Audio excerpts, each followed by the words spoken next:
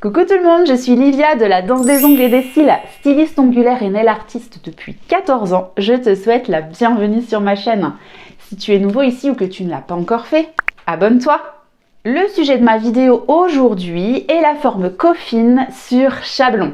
Je vais te montrer mon processus de construction sur chablon et de l'image pour la forme coffin. Si tu veux savoir comment je procède pour réaliser cette technique, il n'y a qu'une seule chose à faire, c'est de me suivre. Alors, c'est parti!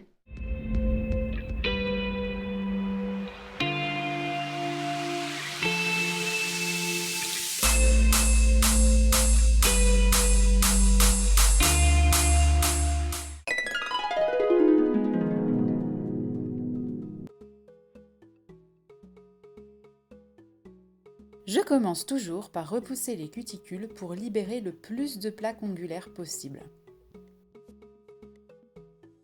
Avec une lime 100-180, je viens dépolir la surface de mon ongle. Je prends la partie de la lime la plus douce.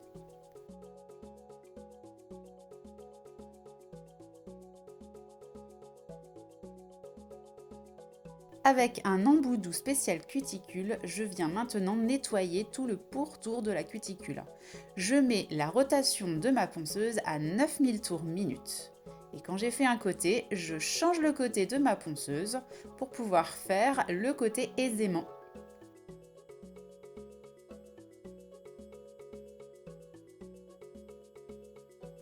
Je commence par mettre un nail prep qui déshydrate la surface de mon ongle, puis un primer avec acide que je vais mettre par petites touches sans toucher les peaux. Et ensuite, je viens mettre mon gel de base que je vais catalyser 1 minute.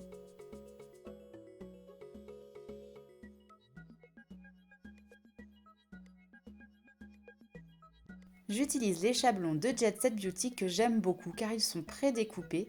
Ils sont extrêmement rigides, assez épais, ce qui fait qu'ils ne bougent absolument pas. Ici, je vais rallonger à peu près jusqu'à 4. Je prends la petite languette que je vais coller derrière pour encore plus solidifier mon chablon. J'enlève les 2 ailettes du haut et je viens bien mettre bord à bord les ailettes du bas. C'est important de les placer bord à bord pour que votre chablon reste bien droit. Pour le placer, je le positionne vers le bas et je le monte pour créer un triangle de ma cuticule au bord libre. Si je positionne ma lime, on voit bien le triangle qui est présent. Pour que mon chablon s'adapte le mieux possible, je vais venir couper au point de rupture. Le point de rupture, c'est vraiment le moment, l'endroit où l'ongle se détache de la plaque ongulaire. Donc je prends mes repères sur mon chablon, je l'enlève de mon doigt et je viens découper les zones qui ne me sont pas du tout utiles.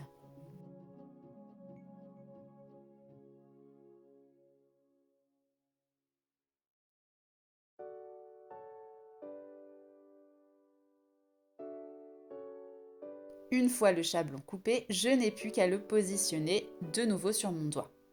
Si mes coupes sont justes, le chablon sera parfaitement placé. La coupe du chablon permet d'avoir le C-curve que l'on recherche absolument dans nos poses d'ongles pour avoir une bonne solidité et une bonne répartition des chocs. Ensuite, je viens coller les ailettes de l'arrière. Je vérifie que mon chablon est bien droit. Je vérifie que mes points de rupture sont correctement placés. Et je n'ai plus qu'à positionner le chablon, à le sceller pour ne plus qu'il bouge. Soyez toujours vigilant de coller votre chablon bord à bord. Comme le coffin est aussi une forme qui est à la base carrée, on doit vraiment avoir un chablon qui est vraiment parallèle de partout. Ici, vous voyez que les points de rupture sont parfaitement couverts. Mon chablon est positionné correctement. Maintenant, je viens pincer l'extrémité de mon chablon. Le coffin, c'est un peu un mélange du carré et de l'amande. On va faire la même construction que le carré, mais on positionne le chablon comme l'amande. J'utilise des gels stables. Cela me permet de travailler lentement et de placer correctement mon gel pour ne pas avoir trop de limage. Première étape, je viens humidifier mon ongle.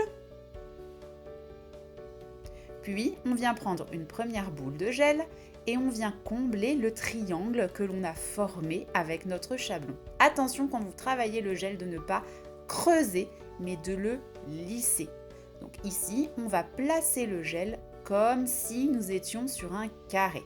Donc on suit bien les lignes, on suit bien les points de rupture, on les couvre bien et on n'a plus qu'à mettre notre gel à la longueur souhaitée. Pensez vraiment à ce que votre extension soit comme si vous étiez sur un carré. Étant donné que notre chablon est positionné en cône, nous aurons les parallèles qui s'affineront toutes seules. Et une fois que votre extension vous convient, on catalyse 2 minutes. Avant de finir les 2 minutes à 20 secondes, je sors mon chablon et je pince l'extrémité pour accentuer un petit peu mon stick curve. Les 2 minutes sont terminées, je viens enlever délicatement mon chablon. Ici, l'extension que j'ai faite est assez fine, donc je suis vraiment précautionneuse. Et voici mon extension. On remarque bien que les parallèles s'affinent en allant vers le bord libre et on a un joli C-curve. Première étape de la construction, on vient construire la pente de l'apex. Je prends une boule assez importante ici parce que ma longueur est quand même importante. Je place la première boule près des cuticules. J'enlève l'excédent de gel de mon pinceau et je vais venir travailler cette zone. Pour la travailler, je viens incliner mon pinceau à 45 degrés et je vais pousser la matière près des cuticules. Soyez vigilant de laisser l'épaisseur de votre boule. On va venir travailler le contour des cuticules et simplement lisser le haut de ma boule. Regardez de profil, on a l'épaisseur de la boule, la pente de l'apex est présente. Je viens ensuite prendre une deuxième boule et comme tout à l'heure, je ne vais pas creuser la matière, mais je vais travailler en lissant. Je travaille comme on l'appelle au fil, c'est-à-dire que je suis vraiment à la surface de mon gel et je garde l'épaisseur. Et là, comme la longueur est importante, je fais une troisième boule. À vous de voir si une boule, 2 boules, 3 boules, voire 4 boules, il n'y a pas de règle là-dessus. Le but, regardez de profil, est d'avoir quelque chose de droit.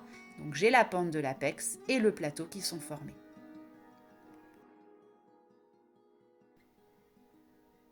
J'ai vraiment catalysé 4 minutes parce que nous sommes sur un pigment qui est très fort et la lumière ne passe pas forcément facilement comme sur des gels transparents. Donc n'hésitez pas à catalyser longtemps. Je clean la surface et on va passer à la mise en forme technique diamant. Étape 1, le bord libre. Soyez vigilant de laisser votre lime vraiment parallèle à votre ongle. On ne la passe pas en dessous, on reste bien droite. On passe au parallèle, on ne biseaute pas sa lime, on reste bien droit sur l'ongle. Pour l'instant, ne cherchez pas à affiner le bord libre. Et quand vous sortez de cette parallèle, sortez droite. Ensuite, on va venir faire le plateau. Pour ceci, je positionne vraiment ma lime à plat. La zone de l'apex qui est schématisée sur mon dessin en dessous des pointillés, on n'y touche pas. Donc je reste bien à plat et je crée mon plateau. Ensuite, nous avons les diagonales. Pour ceci, je viens positionner ma lime en diagonale et toujours en restant sur cette zone, je trace ma diagonale.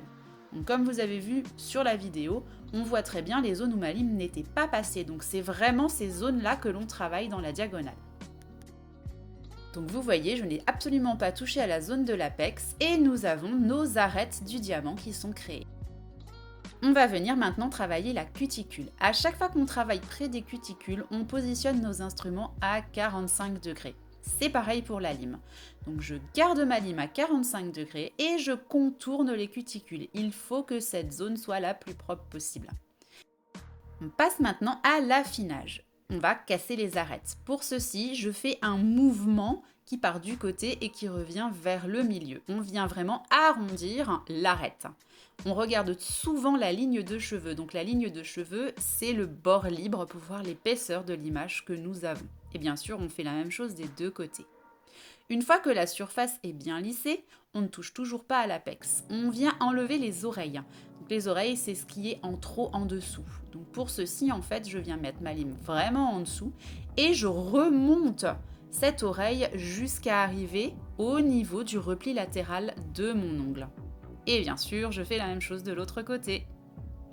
Puis, on va venir passer au portefeuille. Et c'est à ce moment que je biseaute ma lime. Et c'est à ce moment qu'on va affiner un petit peu les parallèles. Je le fais seulement à ce moment. Pourquoi ? Pour ne pas casser les points de rupture et pour être sûr qu'ils soient toujours bien couverts. N'hésitez pas à tourner votre ongle pour voir si la surface vous convient. Maintenant, on vient travailler les cuticules. Donc c'est vraiment la zone que je n'ai pas encore touchée. Donc pour ceci, je me mets vraiment sur l'arête qui a été créée quand on a travaillé le plateau. Et je n'hésite pas à abaisser un tout petit peu. Mais soyez vigilante de garder l'apex. Donc on vient regarder s'il n'y a pas de bosse. On vient regarder si la surface de mon ongle est bien lissée. S'il y a des bosses, je repasse dessus sans problème. N'oubliez pas que si vous trouvez votre ongle large, ce n'est pas forcément les parallèles qui gênent, mais ce sont peut-être les diagonales qui ne sont pas assez abaissées. Donc soyez vigilante là-dessus. Pour finir mon image, je regarde toujours mon ongle vers moi et je regarde si mon bord libre est bien droit. Donc je viens repasser un petit coup sur mon bord libre pour être sûr d'avoir quelque chose de bien droit. Ici, les diagonales sont affinées, mon ongle est bien lissé. Nous avons le C-curve qui est parfaitement symétrique. Mon ongle est terminé. Nous allons pouvoir passer à la finition. J'ai choisi de vous montrer la finition de Code, qui est une finition vraiment super sympa avec des paillettes dorées. Je trouve que sur le cover, ça rend vraiment un effet magnifique, un effet un petit peu nacré. Je conseille cette finition vraiment parce que je la trouve sublime.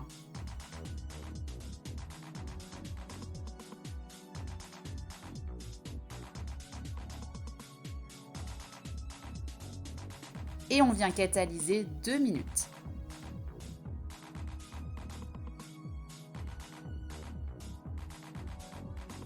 Je viens toujours terminer mes prestations avec un petit peu d'huile à cuticule. Cela permet de réhydrater un petit peu cette zone et d'enlever les éventuelles traces de poussière.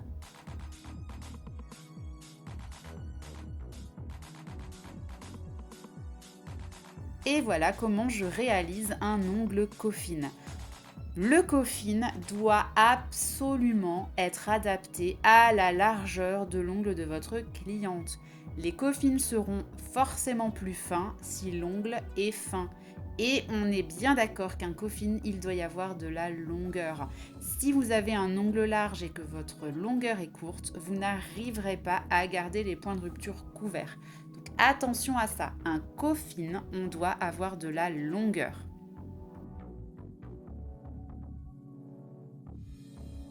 Je te remercie d'avoir regardé cette vidéo jusqu'au bout. N'hésite pas, si tu as des questions, à me les laisser en commentaire en dessous de cette vidéo. Et bien sûr, tu peux me laisser un commentaire pour me dire tout simplement que cela t'a plu. Tu peux également me laisser un pouce, ça fait toujours plaisir. Si tu ne l'as pas encore fait, abonne-toi et active les notifications, je poste une nouvelle vidéo chaque lundi.